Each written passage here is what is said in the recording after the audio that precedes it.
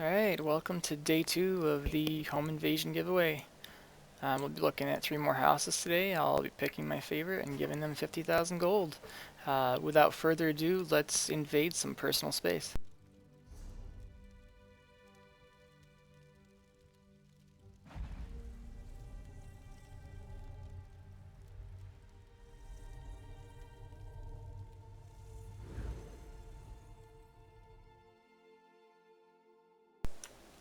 Looks like we'll be going to Strident Springs. This is in Reaper's March.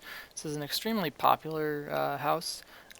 Really great property and a bargain at 1 point some odd million as compared to the larger 3.8 million gold houses. Alright, so upon entry, not seeing a whole lot going on in the exterior. This pet here is added. Currently not seeing anything else added, so it's looking like it's probably going to be a rather disappointing start to the day. But we'll continue to look around and hopefully we'll find something that's interesting or different and not just the default layout of the house when you purchase it.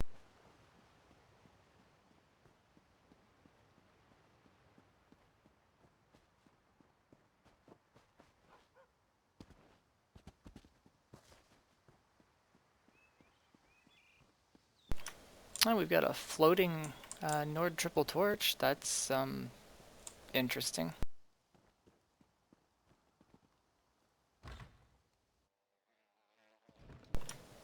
And nothing in the tower. Not particularly surprising.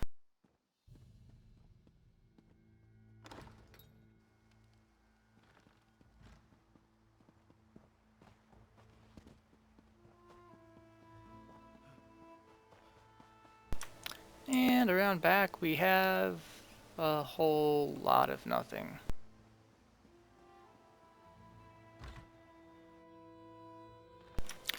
And inside we have large cats. At least it's something.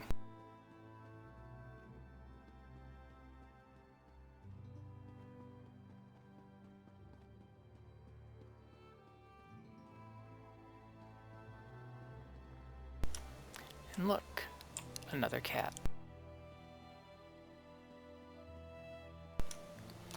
So, not much evidence of sentient life here. Well, not humanoid sentient life anyway. Just some cats and a jackal who's made to stay outdoors apparently.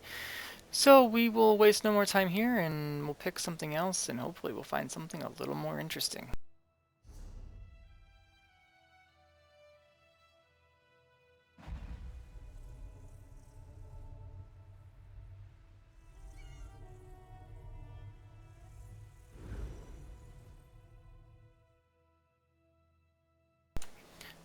I'm actually not familiar with this house. This is not one that I have visited in the past, so hopefully we'll see something decorated to make it a little bit more interesting. Otherwise, I'm going to just learn what the default house is.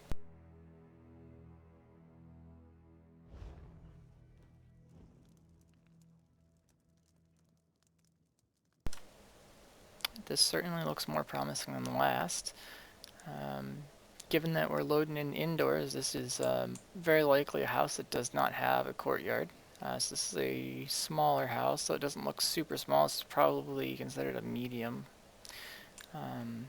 So looking around, we've got some large orcish braziers, which honestly look pretty good in this house and provide just a ton of light, almost too much light. From some angles, it just completely drowns it out. But it does look nice, despite being almost hazy. We've got a Khajiit target skeleton here for beating up on. Just going to say something inappropriate about that, but I think I'll leave that to the imagination. We've got some... that was kind of clever. So, at first I thought, oh, we've got like a weapon rack here.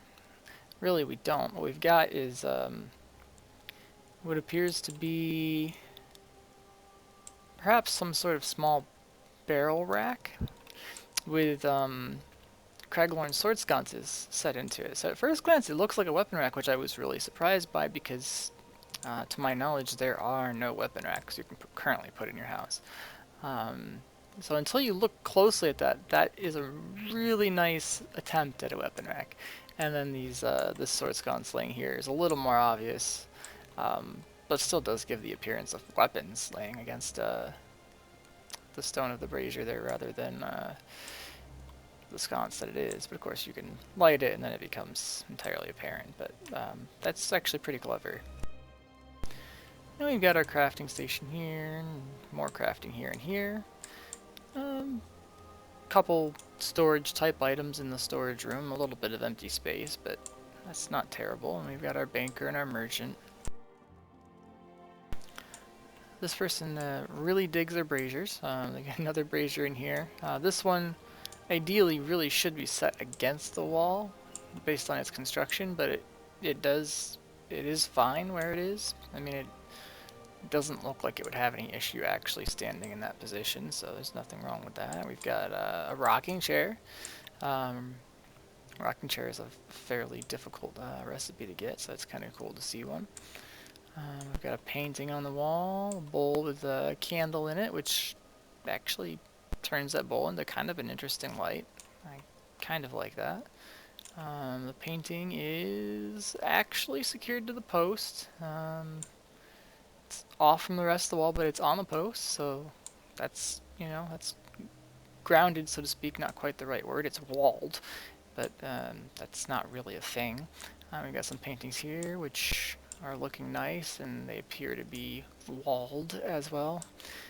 And the nice lanterns over them kind of accentuates it a bit. So we've actually, for a small space, this is actually fairly well done. Definitely better than the house with virtually nothing in it. And we've got there's obviously someone was enjoying a meal, or will soon be enjoying a meal here. Nice little piece of orcish carpet right here. Some busts up on bookshelves. And we've got some of these bookshelves here, which come with... No, I don't think they do come with books in them because their configurations are different. So at least one of those was hand stacked, which is cool. Backpack, more bust, another station. We've got a nice Nord canopy bed here, which fits this Nord home and this Nord tapestry. And we've got our dye station. This house is, honestly, for its size, quite nice. Person actually took the time to put a little bit of thought and care into it, and it's a reasonably nice home. Oh, what does this door? Ooh, nah, it's just, I believe this is just going to be an exit out, but we'll take a look. Indeed, it takes us out of the house entirely. Once I load into the zone, I will pick one more house and we'll go have us a look.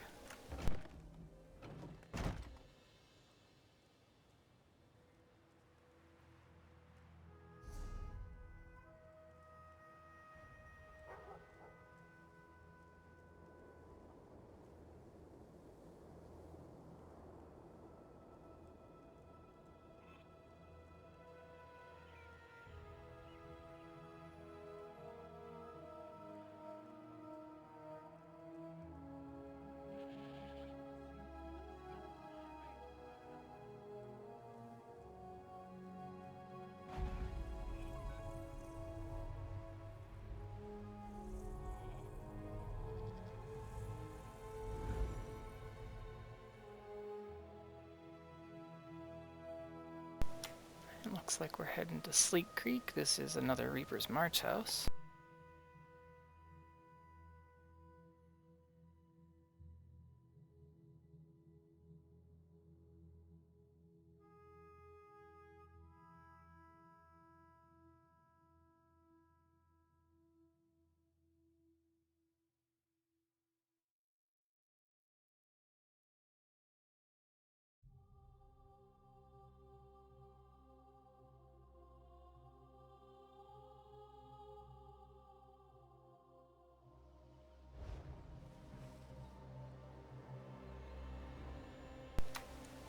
And as we load in here, we can see that some work has definitely been done.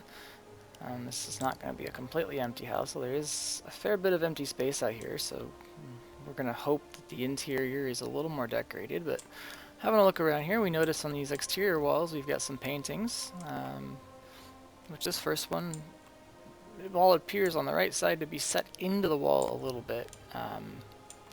It does take a moment to actually notice that. So it's not set terrible, but it could be improved. Horse here looks fine. He's outdoors like a horse probably ought to be. Again, same thing with this painting. It's on the right side. It's actually set into the wall a bit. As you can see, the wall is starting to encroach upon the frame. So a little more care needs to be done with the paintings, but honestly I'd prefer to see it set slightly into the wall rather than floating half a foot off of it. We got these paintings here. These appear to be sitting much more nicely on the wall. Granted, these bolted paintings, these larger ones with the thick frames, behave a lot nicer when using the surface drag feature when decorating than the other paintings do. So it's easy to understand why these ones are set much nicer than the smaller paintings. It's just a kind of a nuance with the functionality in the game right now. We've got a floating scuttler here. Pretty sure scuttlers aren't magic creatures. I don't think you should be floating. I'm not sure the person who placed him realized he was floating, because from this angle, for instance, until you notice his tail going over the bench on the table, and that's not even actually a bench, that's actually steps. Anyway, until you notice the tail going off from this angle, it looks like he's just sitting there on the ground until you rotate like this, and you see that he is in fact flying. Negative points there. We don't like things that fly for no good reason. Anyway, we'll head on inside, and oh, hold on, out here we've got a little etchelette pet. A little something. We got a little seat, a little plantage going on here, nice fern. So it's a little accent. And now for the interior, we've got a jackal and a bedroll, a table with a cup, hatchet, bowl. Pretty basic decoration. A crate. We've got a small painting which is floating a bit off the wall and is crooked in the forwards and backwards. And there you go, you can see what I'm talking about. It's almost like the left side is almost actually touching the wall, where the right side very clearly is not. And this painting here is floating on all accounts. So this person has definitely done more than the first house we looked at. Not nearly as much as the second house. Some work needs to be done in terms of paying attention to care and how items are placed in this house. This is a nice property, and it has a lot of potential, and the fact that there are furnishings placed in it, and you know, some thought given to where they're placed. I have a lot of hope for this person to eventually have this house decorated quite nicely. I'm thinking the placement issues is mostly a matter of experience and probably honestly not even noticing that they're placed the way they are. I know when I was first decorating my house, I did not notice little things like that. And we've got a dwarven spider here who, again, at a glance, looks like he's on the rock. You get closer, turns out he's flying. It's a visual thing, and it's also a thing where, especially when you're dealing with a surface that's not level with like the ground or a wall, the default placement of objects usually needs to be rotated, or you can align it to a surface, and that will help with the realism. In any case, that's been 3 houses. The second house we looked at will be our winner for today. We didn't see anything really large and really elaborate today, but that's alright. Everything's random, and you know, what we get is what we get, and fair is fair. So the owner of the second house will be receiving 50,000 gold, and if you've watched this whole thing, thank you very much. If you've enjoyed this video or the other videos I've done, or perhaps videos I've done after this if you're watching in the future, feel free to subscribe, like, comment. I love feedback. keep it positive, keep it constructive. I mean, if you don't like something, by all means say it, but be nice about it. And I hope we'll see you back on my channel again soon. Thank you.